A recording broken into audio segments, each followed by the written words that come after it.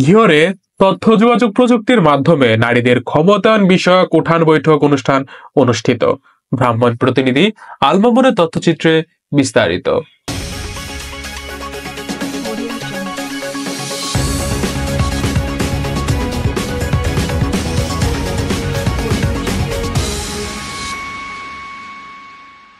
Digital Bangladesh গড়ার লক্ষ্যে তথ্য যোগাযোগ প্রযুক্তির মাধ্যমে নারীদের ক্ষমতায়ন প্রকল্পের দ্বিতীয় পর্যায়ের বিশেষ উঠান বৈঠক অনুষ্ঠান অনুষ্ঠিত হয়েছে।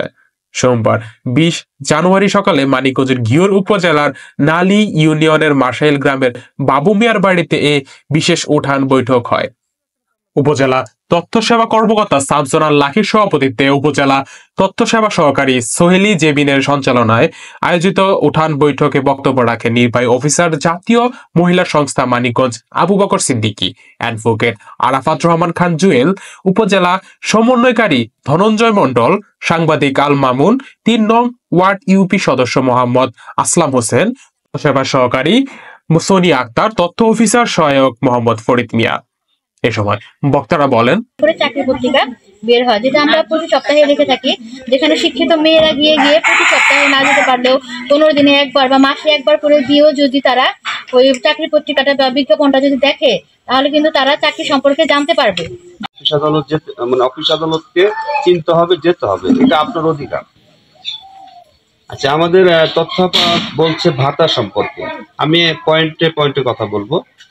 সরকার এখন অনেকগুলো সামাজিক সুরক্ষার মাধ্যমে অনেকগুলো ভাতা দিয়ে থাকে, বিশেষ করে গ্রামে যারা বিধবা আছেন, বিধবা ভাতা, তারপরে বৃদ্ধ ভাতা। সেই সূত্র ধরে ইউনিয়ন পরিষদ থেকে সরাসরি চলে আসলাম। ইউনিয়ন এই গ্রাম আদালত একটা আইনি আদালত, যা স্থানীয়ভাবে স্থানীয় ছোটখাটো বিরোধগুলো স্থানীয়ভাবে স্থানীয় জনবলের মাধ্যম দিয়ে সেই সমস্যাগুলোর সমাধান করে থাকে। এই গ্রাম আদালতে সর্বোচ্চ 3 লক্ষ টাকা মূল্যমানের দেওয়ানি এবং ফৌজদারি মামলা নিষ্পত্তি হয়ে থাকে।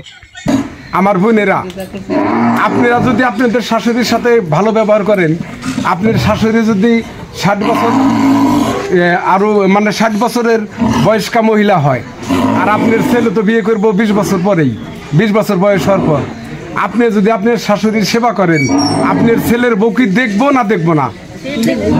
দেখবো।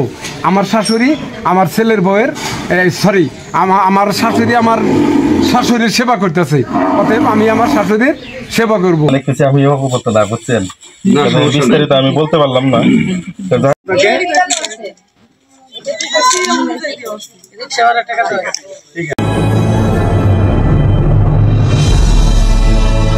আপনারা দেখছেন অগ্রযাত্রা টেলিভিশন।